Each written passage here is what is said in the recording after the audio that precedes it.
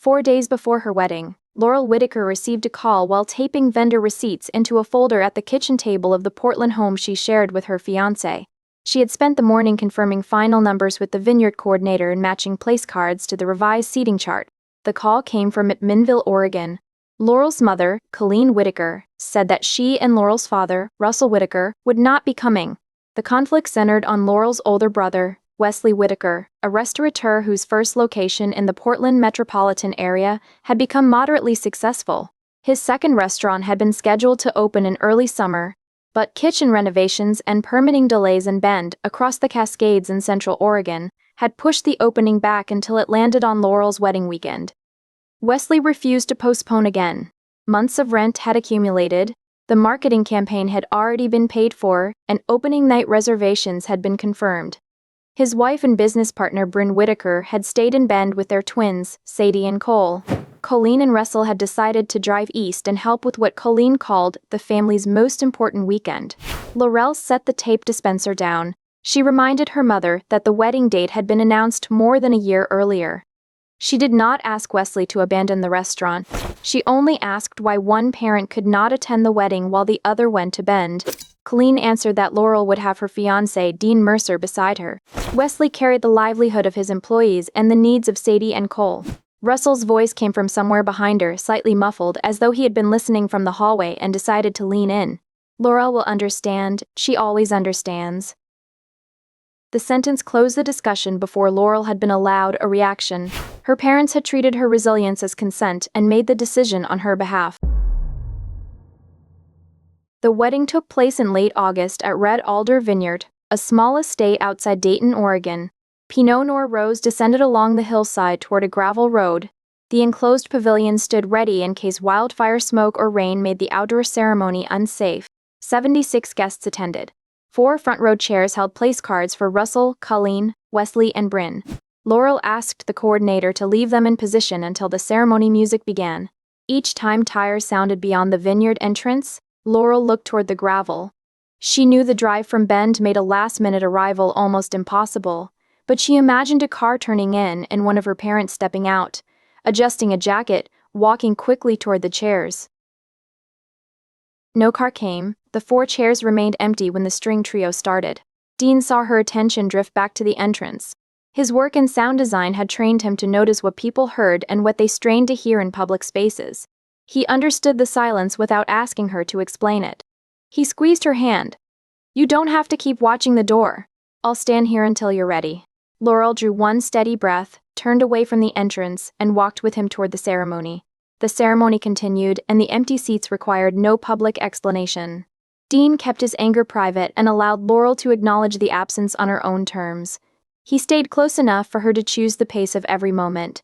While the guests crossed to the pavilion for cocktail hour, the wedding coordinator quietly removed the 4 reserved ceremony chairs and closed the gaps in the front row. During the reception, Laurel's closest friend from college, June Hollis, kept her toast focused on Laurel and Dean. She kept her glass steady and her voice even as she remembered the night Laurel had stayed in a studio until morning to repair an exhibit model everyone else had assumed was ruined. June said she hoped Laurel and Dean would build a life in which neither of them ever had to guess whether they had been chosen. Laurel laughed, danced, and thanked the people who had come. Her happiness with Dean was real. It existed beside the knowledge that her parents and brother had known exactly when and where she was getting married and had still chosen another room. Late that night, after the last shuttle carried the guests back toward McMinnville and the vineyard had gone quiet, Laurel sat on the edge of the bed in the estate's small guest cottage where she and Dean were staying and told him what had hurt most. Their absence was only part of it. Her family had decided in advance that she would forgive them before she had been allowed to feel abandoned. Dean listened and left the next decision to her. Worrell announced no permanent cutoff, demanded no apology, and sent no angry message to Bend. She simply stopped carrying the relationship alone. For more than 2 years after the wedding, Laurel left her family free to contact her, but she no longer initiated calls, arranged holidays, or translated their silence into excuses. She and Dean built a life in Portland while Laurel grew Lantern Well Exhibit Works, the company she had founded to design accessible museum experiences, into a successful business. By 34, she had sold Lantern Well to a national firm for $12.8 million. Laurel did not receive the entire sale price, but she came away financially secure and agreed to stay with the company for 18 months while it changed hands. She also directed $2.4 million into a fellowship fund administered by Laurel Arts Collaborative for rural Oregon artists and creators who needed accessibility support. An independent board controlled the fund, so Laurel could neither reclaim the money nor use it as a private account. Through all of it, her parents and brother never acknowledged the 4 empty chairs at Red Alder. 6 weeks after the sale closed, Laurel purchased an abandoned print shop near downtown McMinnville for $842,000. McMinnville remained the Whitaker family's anchor. It was a historic wine town in the Willamette Valley, where local civic news traveled quickly even when private conflicts never became public stories. Laurel's career had taken root in Portland, but the new building brought part of her work back to the place where her parents had lived for decades. The renovation plan included accessible entrances, a small elevator, an editing room, a hearing loop, and a screening space. Design review and permitting were expected to take several months, followed by roughly 8 months of construction and program development, before the building reopened as Morrowlight Lab. A McMinnville newspaper published a photo feature about the old print shop becoming an accessible creative space. The article mentioned the Lanternwell sale, Laurel's $2.4 million commitment, and the independent board's plan to choose 6 fellows for the first cohort. A photograph showed the building's original pressed tin ceiling, stripped to bare metal and waiting for restoration. The story remained local and professional, covering neither Laurel's wedding nor her family. 2 days after the article appeared, Colleen called. Laurel was standing in Lanternwell's break room, pouring coffee into a low moss-green stoneware mug with a wide handle and subtle ridges beneath its matte glaze. She liked its balanced weight and the way the textured surface settled beneath her fingertips. When she saw her mother's name on the screen, she set the mug down before answering. It was the first real conversation between them since the week of the wedding. Colleen began with neither congratulations nor money. She said, "Your father and I thought it was time we talked about what happened at Red Alder." The words reached the part of Laurel that had spent 30 months waiting for her parents to acknowledge that they had made a choice, not merely missed an event. Laurel recognized that the call could be manipulative. She agreed to a Sunday meeting anyway. Hope and suspicion remained alive beside each other. At home in Portland that evening, Laurel told Dean about the call. She sat on the arm of the couch with her shoes still on, as if she had not yet decided whether to stay or leave. She said that a sincere apology might make limited contact possible. Weekly family dinners and a return to the old arrangement were out of the question. She imagined a smaller relationship with clear edges. Laurel also admitted that she had set a private ceiling of $50,000 if her parents faced a genuine health or housing emergency. She had enough information from the article to suspect that money might enter the conversation, but she had no intention of financing a vague family problem. Dean listened without encouraging a gift or arguing against one. "Do you want me to drive you down?" he asked. Laurel shook her head. "No. If I need to leave, I want the keys in my hand. I could wait at a coffee shop in town." She considered it, then rested her hand on his shoulder. "I know, but I need to walk into that house alone." Dean nodded. "Then text me when you get there and when you leave." After a moment, he asked what Laurel would do if the meeting was not really about the wedding. "This time I'll believe what they do, not what I hope." On Sunday, Laurel drove south from Portland through the valley. The hazelnut orchards along 99 Walk stood bare in their late winter dormancy, their branches arranged in dark rows across the fields. The 2-story Craftsman in McMinnville had been her parents' home for more than 20 years. Russell, 67, had retired from the county and still accepted occasional building inspection consulting projects. Colleen, 64, managed a dental practice and had planned to retire at 66. The house had always been presented as the stable center of the Whitaker family. The porch rail needed paint. A gutter on the south side had pulled loose and hung at an angle. Everyone was there when Laurel stepped inside. Sadie and Cole, her 10-year-old niece and nephew, ran from the front den before she had both arms free of her coat. "Aunt Laurel!" Sadie called. The twins wrapped themselves around her at once. Laurel held them close, startled by how quickly their affection broke through the caution she had carried from Portland. She had missed Cole talking too fast, and Sadie squeezing as though every month apart could be closed in one embrace. "We're building a bridge," Cole announced when they released her. "It has a trapdoor," Sadie added. Bryn gave Laurel a restrained smile, then told the children to take their Lego bin back to the book-lined den and finish something they could show their aunt before she left. She walked him to the low table, waited until they had settled on the rug, and returned with the door left partly open. Only then did the 5 adults gather in the dining room.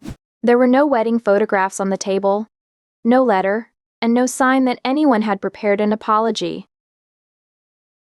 Spreadsheets, debt reports, and a draft promissory note occupied the center of the table. Laurel's name had already been typed into the space marked lender.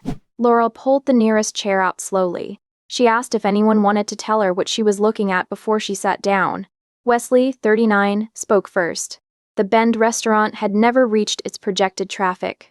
Labor, food, and rent had risen faster than revenue after the delayed opening. He had kept both locations running on credit lines and supplier extensions while waiting for the tourist season to correct the gap. It had not corrected. His original restaurant in the Portland metropolitan area remained moderately successful. The second location had turned expansion into a crisis. For the previous 4 months, Wesley had stopped drawing a salary and covered kitchen shifts whenever someone called out. He mentioned it quietly without presenting it as proof that the Bend location worked. Whatever else was true, he had not watched the business fail from a safe distance. Bryn, 38, handled marketing and front-of-house operations for both restaurants. She had understood the financial trouble early. It showed in the precision of the spreadsheet columns and the color-coded tabs. Bryn's language still protected the image of a successful family brand. She called the Bend location pre-stabilization twice. Sadie and Cole remained in the front den, close enough that an occasional burst of laughter and the soft rattle of Lego pieces carried down the hall. Their school photographs rested in a folder beside Bryn's chair. Wesley listed the numbers. The business owed $92,000 to suppliers and $65,500 in past due rent and operating expenses. He wanted another $170,000 to cover the projected cash shortfall if the Bend location stayed open for 6 more months. The total request came to $327,500. Russell placed the promissory note closer to Laurel. He had drafted it himself with the confidence of someone accustomed to making official documents look settled before anyone else had agreed. The note offered 5% interest and required no first payment for 18 months, but it omitted a firm maturity date, an amortization schedule, default provisions, financial covenanters, and specific collateral. It was a private draft rather than a bank document, and it could bind Laurel only if she signed it and funded the loan. A pen rested beside the note. Everyone at the table had treated her signature as the final administrative step rather than an independent decision. Laurel left the pen where it was. She asked who had reviewed the 6-month projection and what changed at the end of that period. Wesley returned to expected traffic, a stronger tourist season, and the damage closure would do to the brand. None of his answers explained why the next 6 months would perform differently from the previous ones. Each answer circled back to the same conviction. The restaurant would work if it was given more time and more money. Russell disclosed that he and Colleen had already withdrawn enough from their retirement accounts to transfer $386,000 to Wesley after taxes over several years. They had also borrowed $118,000 through a home equity line to support the Bend opening. Colleen no longer expected to retire in 2 years. She had begun planning to remain at the dental practice for at least 5 more years, while Russell increased his consulting hours to help service the home equity debt. No payment had been missed and no foreclosure was pending, but the $118,000 home equity line had placed the Craftsman House behind Wesley's expansion. Their position resulted from money Russell and Colleen had voluntarily committed to the business. Laurel learned these facts at the table. Russell presented the numbers himself because he believed the size of the family's previous sacrifice proved that Laurel's turn had arrived. Bryn stirred hand on the folder, but did not open it immediately. "I know what this looks like," she said. "I know bringing the kids into this isn't fair. But they're the part I can't stop thinking about." She removed the photographs of Sadie and Cole and placed them beside the spreadsheets. One showed the twins on the Bend opening day, standing in front of the host stand with matching aprons. Bryn spoke about the routines, friendships, and familiar life she feared the children would lose if the restaurant closed and the family moved out of West Lynn, the affluent Portland suburb where they attended school. Wesley referred to 31 employees across both locations. "Some of those people left steady jobs because I told them Bend would last," he said. "One of our cooks moved his wife and daughter across the state for the opening. If I close now, I'm the person who asked them to rebuild their lives around a plan I couldn't sustain." He stopped looking at Laurel as he spoke. His thumb worked slowly along a split in the table's finish. Laurel believed that part. The employees had taken a real risk on Wesley's promise. They deserved an honest timeline before another loan made their positions even less secure. Their hardship still did not make Laurel financially responsible for every decision that had put them there. She asked for the scenario no one had included in the papers, closing Bend while preserving the original restaurant. The table went quiet. Wesley looked at Russell, then at Bryn. Bryn lowered her eyes to the spreadsheet. "I ran that version in November," she said. "The original restaurant could survive." Wesley turned toward her. "We decided to wait," Bryn added, though the word "we" came after a pause. After another silence, Wesley admitted that Bryn's projection was probably right. The first restaurant could survive if he negotiated an exit from the Bend lease, sold equipment, and reduced the operation. He and Bryn could sell their West Lynn house. The property was worth approximately $1.47 million and contained substantial equity. A smaller home within the same school district remained possible. Sadie and Cole would keep their school, their friends, and their activities. Closing Bend would cause real disruption and job losses. Employees who had relocated or stayed through the slow months would lose their positions. Suppliers who had extended credit might have to accept reduced settlements. Those consequences were genuine, and Laurel treated them seriously. Wesley resisted the option because customers, investors, friends, and other restaurant owners would see that his expansion had failed. The house, the second location, and the appearance of momentum mattered to him as proof of success. He kept returning to what closure would look like before he addressed whether another 6 months of borrowed money would work. Bryn did not withdraw the projection she had made in November. Still, she defended the value of keeping both locations open, citing social media engagement, regional press coverage, and the James Beard Award semi-finalist recognition the Portland restaurant's executive chef had received. "Closing Bend may be the safer answer," she said. "But safe isn't the same as painless." She was trying to name the professional loss that would remain after the debts were settled. But reputation still came before viability in her argument. Laurel took their claims apart the way she took apart an exhibit prototype, piece by piece, checking where each one was actually supported. Suppliers needed payment. Employees deserved honest notice and final wages. The twins needed adults who protected their housing and routines. The profitable location deserved the chance to survive. None of those needs required preserving every asset Wesley currently held or allowing the Bend restaurant to continue unchanged. The $327,500 would delay the decisions Wesley already knew he needed to make. It would let him keep the West Lynn house, postpone the public closure, and gamble on another tourist season while offering Laurel neither meaningful collateral nor control. No independent lender would have approved that amount on the strength of Wesley's projection and Russell's incomplete note. The request concerned neither hunger, homelessness, nor medical emergency. The family wanted Laurel to spend more than $300,000 so Wesley could postpone admitting that his second restaurant had failed. Russell praised Wesley for carrying employees, children, and a family enterprise. He described Laurel as the person who could absorb risk because she had always landed on her feet. Colleen had long believed family attention belonged to whoever needed it most. Because she assumed Laurel would always be all right, she treated Laurel's financial stability as unused family capacity. Laurel's success had not made her more visible to them. It had made her newly useful. The old pattern had changed scale. Wesley's needs expanded until the family organized around them. Laurel's competence became the reason her needs could wait. When she was 12 and Wesley was 17 and needed money for a car repair, Laurel had given up summer camp without being asked. She had packed her bag the night before, and her mother had unpacked it while she was at school and never mentioned it again. 22 years later, the mechanism was the same. Only the dollar amounts had grown.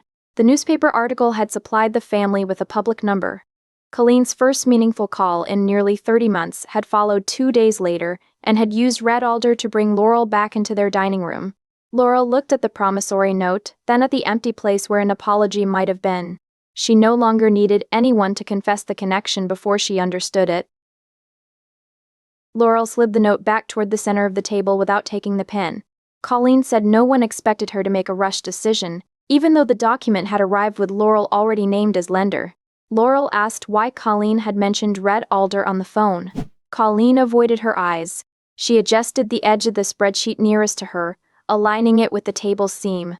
She said they also wanted to resolve the wedding, but Wesley's situation had become more urgent.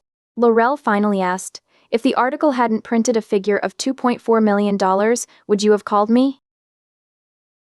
No one answered. Russell returned to the argument he considered practical. Wesley had employees and 2 children depending on him. Laurel had Dean, a successful company, and a talent for surviving difficult things. She would recover from the loan more easily than Wesley would recover from failure. His words repeated the belief voiced before the wedding. Wesley needed more, and Laurel could withstand more.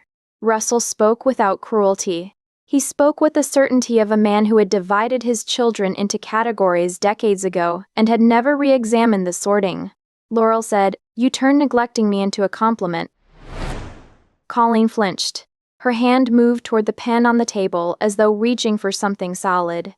She offered no dispute and returned her attention to the unsigned note. Wesley's frustration sharpened. He leaned forward with both forearms on the table.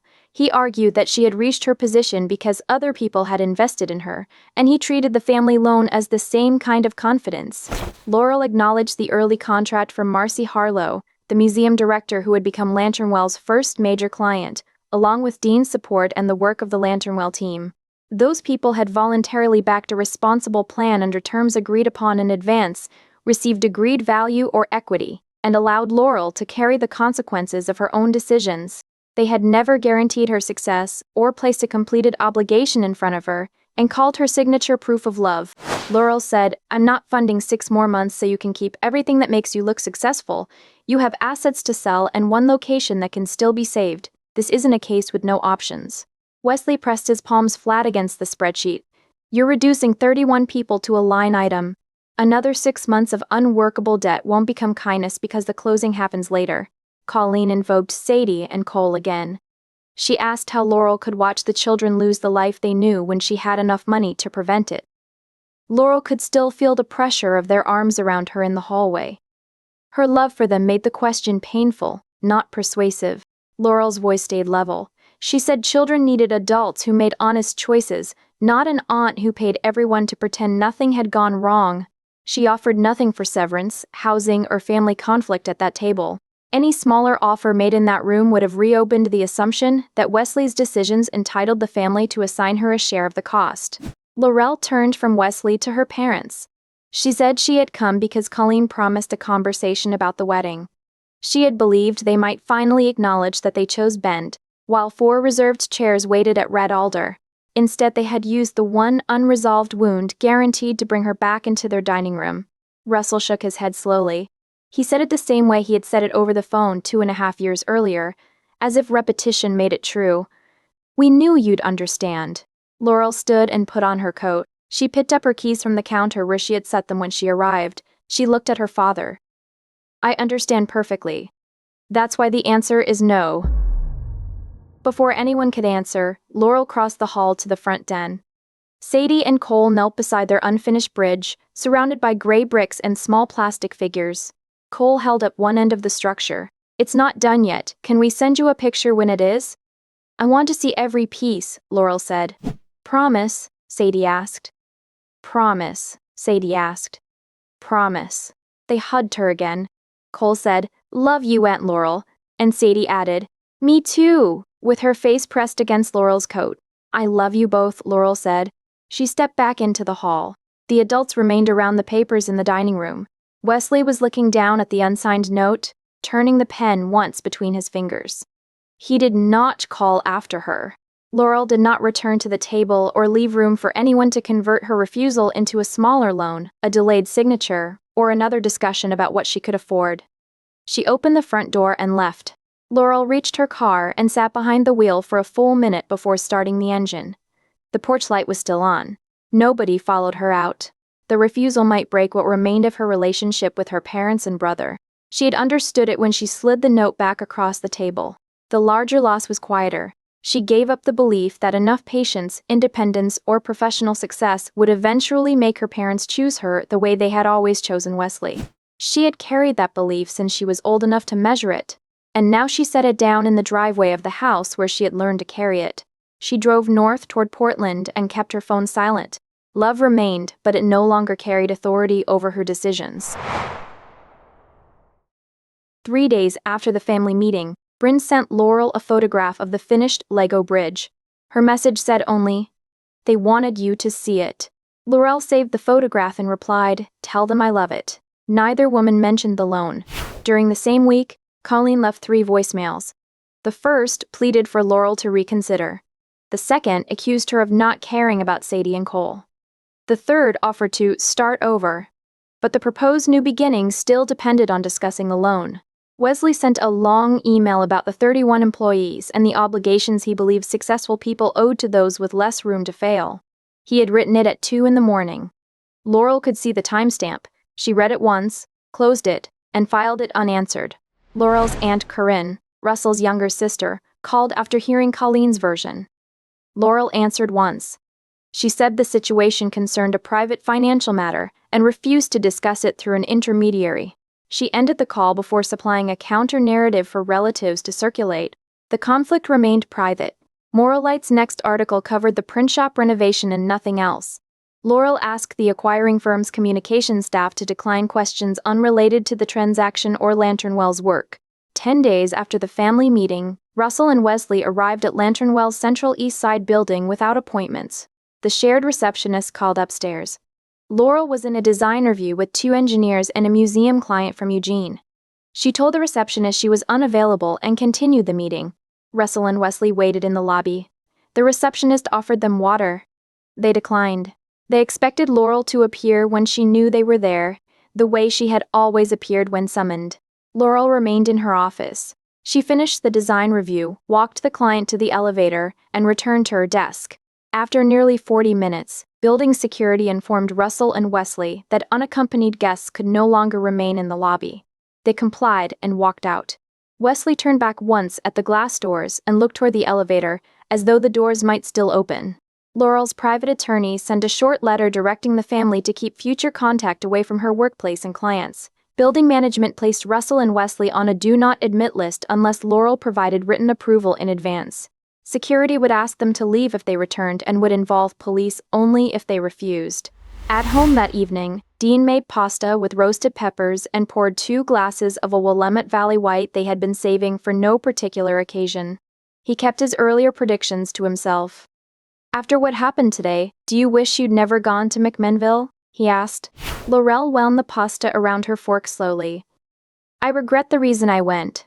I don't regret the answer I gave." Wesley hired a restructuring consultant after Laurel's refusal removed the last imagined source of easy capital. He closed the Bend location. Before the public announcement, Wesley gathered the employees in the dining room and told them that he and Bryn had overestimated demand and that he had fought the decision to close for too long. He answered their questions himself instead of leaving Bryn, the consultant, or the managers to deliver the news. He sold most of the Bend equipment, negotiated an early termination of the lease, and took the loss publicly. Local food writers and restaurant industry contacts learned about it the way they learned about every closure, through a brief announcement, social media posts from regulars, and the particular silence that followed when a dining room stopped taking reservations. 5 Bend employees who could relocate transferred to the original restaurant. The other Bend workers received planned closure notices and honest timelines instead of arriving for a shift and discovering the doors locked. Their final paychecks were issued no later than the end of the next business day after their final shifts. Wesley and Bryn sold the West Lynn house. They moved into a smaller townhouse 12 minutes from the children's school. They used the equity to cover final wages, settle part of the supplier balances, and bring the most urgent debt under a viable payment plan. The first restaurant continued at a reduced scale. Sadie and Cole remained in the same school district. They kept their friends, their swim lessons, and the small routines that mattered most to them. They adjusted to a more modest household budget. Russell and Colleen kept the Craftsman house. Colleen remained at the dental practice with retirement pushed years farther away, and Russell accepted more consulting work. Their neighbors knew only that both of them were working more than they had planned. The financial consequences stayed with the people who had made the decisions. 6 months after the family meeting, Russell and Colleen asked Laurel to meet at a coffee shop on 3rd Street in McMinnville. Laurel agreed because the location was public and neutral. Dean knew when she expected to return, and Laurel went inside alone. The coffee shop had small wooden tables and mismatched ceramic mugs. A local potter's mark had been pressed into the base of each one. Laurel ordered a black coffee, paid cash at the counter, counted her change twice, and sat across from her parents. Russell spoke first. He admitted that at least one parent should have attended the wedding. He said it simply and then paused as though the admission had cost him something he could not yet name. The larger question, why neither parent had considered Laurel's day equal to Wesley's opening, remained unanswered. Colleen repeated what she had always believed. They had thought Laurel would be okay. Laurel set her mug down. Being okay didn't make me any less your daughter. Colleen's hands folded around her own cup. She asked what they had to do before the family could talk again. Laurel offered no path back to the old relationship. She said she would consider one joint session only after Russell and Colleen had spent 3 months in family counseling. Until then, no relative would carry messages between them, and no contact with Laurel would be tied to Wesley's finances. Russell called counseling excessive. He said they had always solved their own problems. Laurel declined to debate the value of counseling or bargain the period downward. The conditions will be there if you change your minds. The meeting ended with neither reconciliation nor a permanent declaration of estrangement. Laurel finished her coffee and walked to her car with the future unresolved and her terms unchanged. Nearly 1 year after Laurel refused the loan and 2 days before Moralite Lab was scheduled to open with its first showcase, Colleen sent a brief email. Laurel read it inside the renovated print shop near downtown McMinnville while checking sight lines in the screening room. The room smelled faintly of fresh paint and sawdust. Colleen wrote, "Your father and I have been in counseling for 3 months. I'm not asking you to meet. I only wanted you to know that we followed through." The message contained no reference to Wesley's money. Laurel locked the phone and slipped it into her jacket pocket, leaving the message unanswered but intact. If her parents' effort represented real change, it no longer required Laurel to reward them on their schedule. She could consider the email after the showcase, after she had allowed herself time to sit with it, or whenever she felt ready. 3 months of counseling was a beginning, not a conclusion.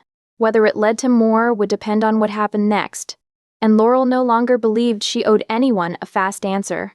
On the evening of the showcase, work from 6 fellowship recipients filled the building. Rhea Collins, a 20-year-old artist who was hard of hearing, had created an installation about family-owned movie theaters disappearing along the Oregon coast. Archival images, captions, recorded voices, and vibrations beneath selected seats gave visitors different ways into the same story. The project showed Laurel that the fund could create access without requiring an artist to know her personally or earn her favor. Dean sat in the front row of the Moralite screening room beside June, Marcy, program staff, and the fellows' families. No seats had been reserved for Russell, Colleen, Wesley, or Bryn. No conspicuous empty chairs asked Laurel to imagine that someone might still arrive. The absence no longer shaped the room. Laurel had stopped arranging her life around the possibility of her family appearing. The lights lowered. The projector began to run. Laurel sat beside Dean with Colleen's unanswered email in her pocket. Rhea's first images filled the screen. A small coastal theater at dusk, its marquee half-lit, the last letters of a movie title visible before the rest faded into the dark. She did not look back at the door.